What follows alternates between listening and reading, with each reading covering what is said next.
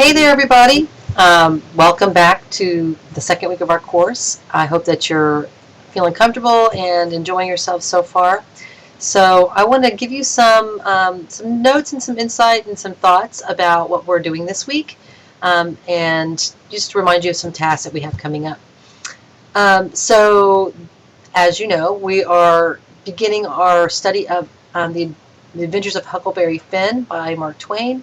And I hope that you're enjoying the reading so far. So I have a lot to say about this novel. I'm going to try not to ramble and go off on tangents too much in this little video, but I want to kind of touch on some major ideas and start inviting you to think about how you can pick your way through this novel. So bear with me and let me kind of work my way through some ideas that I want to share with you about Huck Finn. So the first thing is I want to sort of situate our reading in terms of both the genre or movement, really, that we're studying, and also a little bit of historical context. So one reason for choosing to begin with Adventures of Huckleberry Finn is that it lets us really examine the movement of realism. If you look in the module, you'll see that there's a couple of resources there that give a lot more detail about the characteristics of realism and some of the historical factors that led to it. So I'll try not to go on and on about that, but just kind of give some of the highlights. So realism is an approach to, in this case, literature, and also you see this represented in other arts and in philosophy, is this idea that things should be represented as closely to their true nature as possible. That a term that's associated with that is an attempt to create verisimilitude. I think it's a really fun word to know, verisimilitude, right? Which means that it's based on how things might actually occur and represents the real world, right? So realists were sort of reacting to the Romantic era, this previous age that was, you'll see a lot of things in the literature during the Romantic era that are highly idealized, a lot of supernatural stuff, and completely different sensibility. The realists sort of reject the Romantic philosophy, and you'll certainly see Twain do that in a funny, sort of tongue-in-cheek way. A little bit later in the novel, he makes some pretty good digs at the Romantics or the Romantic era later on, and maybe I'll talk about that a little bit next week just to remind you. But the goal here is to create a piece of literature that acknowledges people in the lives that they might actually lead, in the speaking in the way they would actually speak, and not in the sort of lofty, fancy sort of tone, but using people's real language. Often, realist literature will focus on everyday kind of people. So you'll see more of an emphasis on the middle or lower classes, or at least an acknowledgement of social class in these pieces. And there's a just sort of an emphasis on language as well, as I mentioned. I think you can already see these seeds emerging in Huck Finn. So I just want to say a lot of people struggle with the language in Huck Finn because it's written in vernacular, right? It's written in a dialect or a vernacular of the way these characters would actually have spoken during that time period and in the region that they were living.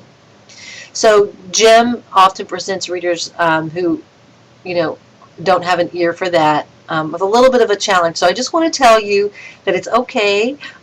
Stick with it. Go with your gut when you're reading Huck Finn. Just sort of try to get into the flow of the language. And I think if you just kind of trust your instincts, you'll find that what you think is going on is generally what's going on. You can pick out what's happening in the dialogue if you just trust yourself a little bit and stick with it. Twain is an incredibly humorous writer, so I hope that you're laughing as you read too. So events as they might actually happen too is an aspect of realism that it's plausible. It's not this sort of fantasy-based supernatural interventions from beyond kind of stuff. It's things that might actually happen. Now, you're probably thinking to yourself, "Wow, really?" Because some of the stuff that Huck does is pretty outlandish, and I agree. Twain plays with us a little bit there, but the idea in realism is that the events and the plot should be one that is a plausible one that could actually happen. So I want you to be sure to review a little bit more about realism so that you have a really good sense of that. It's important to, when you're a scholar of literature, to kind of understand how the aesthetic, the literary movement is represented in the actual literature, and also to understand a little bit of the historical context. So, one way of thinking about any piece of literature is that it almost can become like a historical artifact. So just as we can go back, if we were a historian, you could go back and look at photographs or legal documents or diary entries or all these sort of primary sources that historians work with to kind of uncover and understand what was happening during a certain age. Literature can kind of function as a historical artifact. So maybe think of it as, almost like a written portrait of what was going on in the world. Of course, it is certainly colored and biased by the author's worldview. So it's not, an unbiased depiction by any means. But often if you read a number of things from a certain historical period, you kind of get a little bit of insight into what was going on in the world at that time and the way that the values, ideals, events, sort of social constructs that were in place at the time. You kind of get a little bit of an insight through the piece of literature about that point in history. So, you might think about that.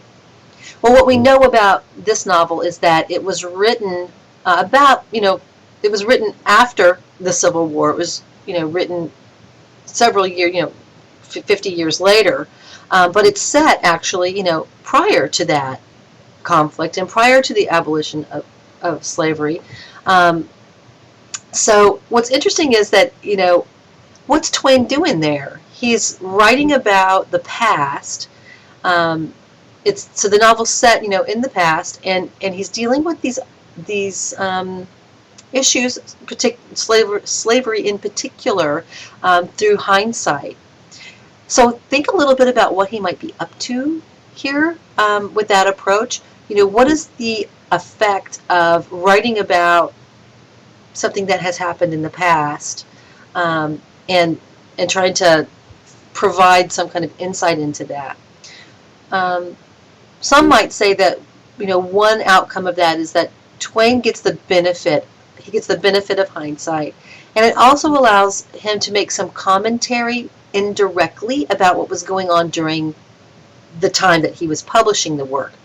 And so what was going on was clearly there was a civil war. The nation was torn apart, very violent, very bloody, really awful. And so the nation sort of splintered apart through this horrible, conflict, and slavery is over legally. However, the nation's starting to rebuild, reconstruction's in place. People are starting to form again this idea of an American identity. However, folks who were previously enslaved are not living a life of equal experience to their white counterparts. Far from it. And there is many laws and practices in place that continue to oppress people, black people in America. And the Jim Crow laws in particular were pervasive and really difficult to navigate, and just sort of contained the potential freedom of those people even further. So it's interesting that maybe Twain, to think about maybe Twain using this novel as a way of pointing to this idea that people really weren't free after all. I don't know, it's just something to think about. Um, a little bit more about Twain. You know, there's something to be said about what his intentions were in this novel, and a little bit about him that I think is interesting is, this is a novel that's sort of full of contradictions and really explores hypocrisy, and there's a lot of sort of characters that are doubles, and identity is shifted and manipulated throughout the novel by several characters. And Twain himself is this person whose life is full of contradictions. Um, his personal history is really fascinating. I hope that you can read through some of the material that's been provided to get a deeper insight into him. Um, but, just his very name, Mark Twain, is a pen name. His name is actually Samuel Clemens. And when he begins the novel, he starts off with this sort of warning to us, this warning not to take the novel seriously, that anybody looking for any kind of message in this novel should be shot on sight, kind of thing. Um, and so we have to ask ourselves, what is Twain doing here? Is he being ironic? Is this a device of his? Is it a way of sort of saying, I'm going to write this novel that has a very clear social message, and of course I have to hide behind this veil of humor to do so he doesn't come across as, sort of being preachy. But the other argument is that he really didn't mean for it to have any important message. Some people have that point of view about the novel, that it's not really intended to be social commentary. So that kind of brings me to the next thing that I think about when I think about Huck Finn, which is, what was Twain's intentions?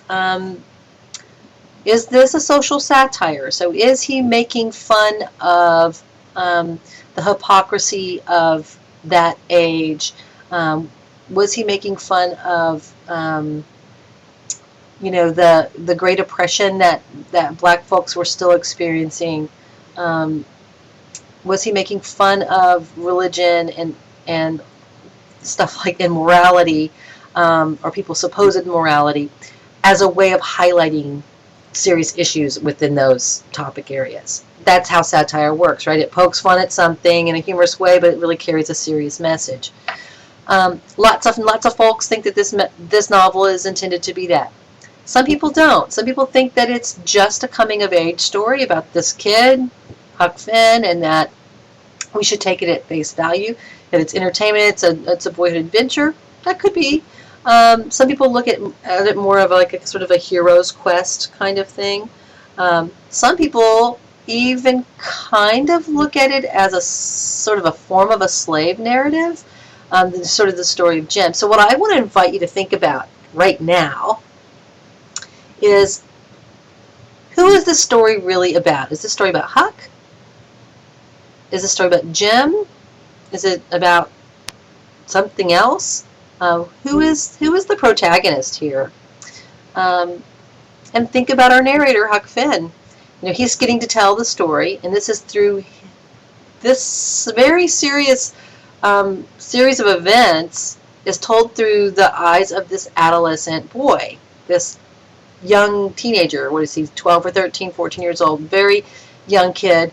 I would like to argue that maybe we can look at Huck as an adolescent character almost as a symbolic thing, because at that point in history, I would argue that the United States, America, was sort of in its adolescent phase, a rebellious teenager, so to speak, at that point. How far have we matured? I don't know. But I think that's kind of fun to think about, if Huck is supposed to be some kind of voice of America or the American identity. Can we trust this kid? I mean, he's a known liar. He's a rebellious kid. He's a kid without much education or refinement. He certainly is not a rule-abiding kind of guy. How do we trust the narration of events here?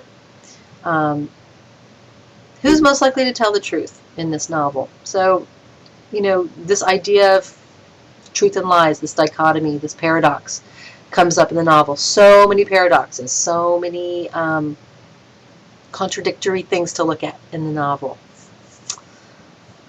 So now I'm thinking about Huck.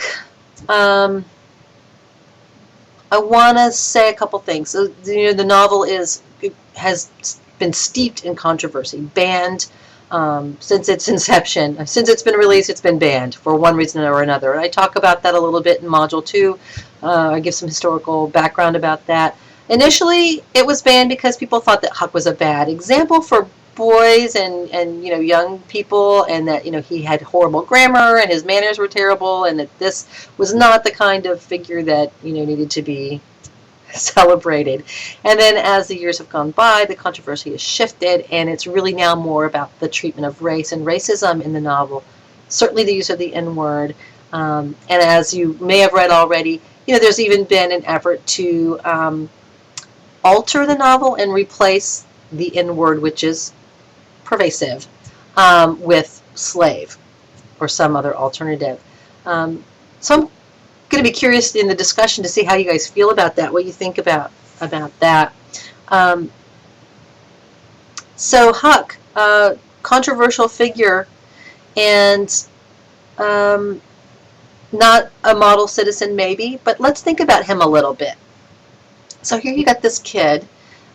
His mom is dead. His dad is an abusive, sort of terrifying drunk who really doesn't care much for him besides the fact that he's worth some money now.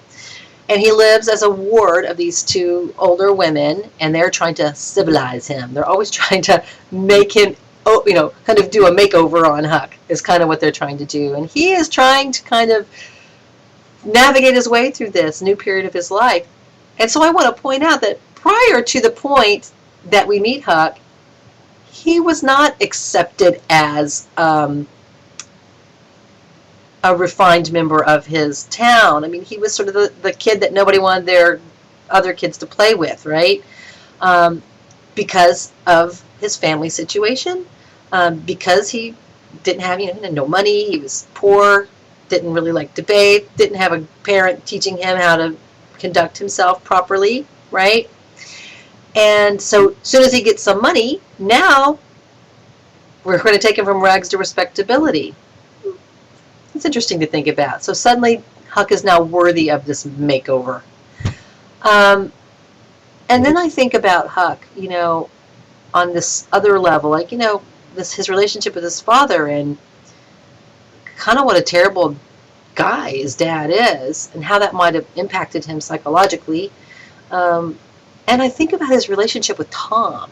And here's one of the first opportunities we have to look at this sort of duality that happens throughout the novel. So Tom is supposed to be, the boy that all the other boys, want to be like. And he's so witty and he's so clever. And he comes up with all of these elaborate adventures and ideas for them to explore, And so I think it's important to look at that. Like, is Huck trying to be like Tom? Is he trying to emulate Tom as much as he can? He looks up to Tom.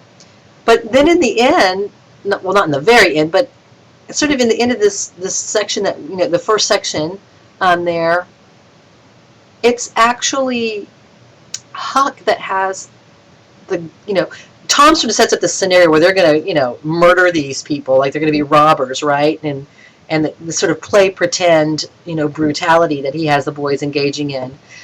But the person who really has the gumption to do it is Huck. Now, of course, he doesn't kill another human being, but he goes through this horrendous experience with his father after he's kidnapped.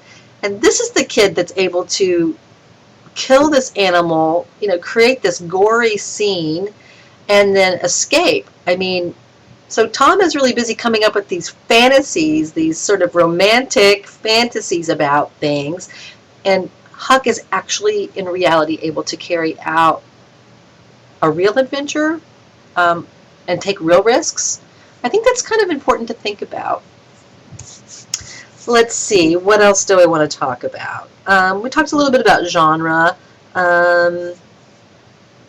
We talked a little bit about identity, and I guess I want to explore that a little bit more, identity. So I'm fascinated with this sort of idea of how we construct ourselves. How do we become the people that we are? And I'm particularly fascinated in American literature about how the idea of American identity gets defined. and then how these characters that we're going to encounter ultimately sort of, really play with identity and manipulate it. And so Huck is our first example. So one thing I think is super interesting is, so like Huck can shapeshift. Like he becomes all these different people throughout the novel. He's got all these sort of,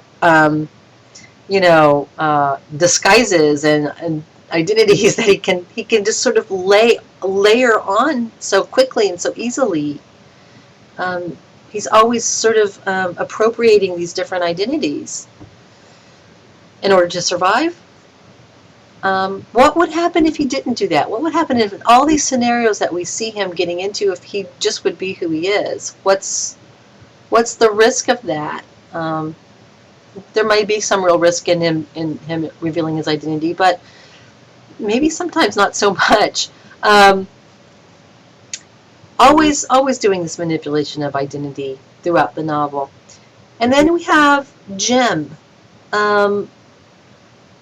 who is, because of the skin he wears in this world, that is something that he cannot alter, is so limited in his ability to shift and become somebody else or present himself as something different. Because no matter what story he tells, it's written all over his face, literally. I mean, he's in a world where his safety and his freedom are contingent upon remaining out of sight and being hidden and hiding himself away. And he's relying on this kid, this crazy kid, to protect him and get him into, safe harbor. So I want you to think about that relationship, the great power that Huck has, actually, both personal power in order to change his story to suit his needs along the way, either for his own entertainment or for his survival, and Jim's inability to do that, and how Huck becomes his de facto protector in that way. But then how does Jim protect Huck? I mean, there is this sort of paternalistic relationship. I think that's really interesting. So I want to think about that. Let me see. What else do I want to talk about? Talked about the controversy, and we've talked about the language. So I guess what I'll end with is, as we sort of move to the end of the novel, you'll begin reading, to the end of the novel, in preparation for next week. And I know it's a lot of reading, but this is a really great novel, and it is a literature class, right? So as we move to the end of the novel, one of the huge controversies, and really it's like one of the hugest controversies in all of American literature, is the ending of this novel. It's like been debated and argued about since forever.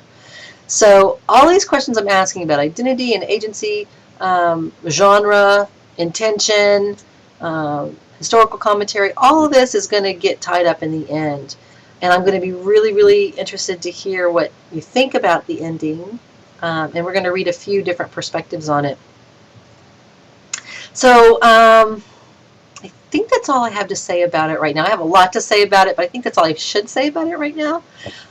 So I'll end my thoughts on Huck Finn here, and I'll try to come into the discussion forum this week and add more as y'all's conversation evolves.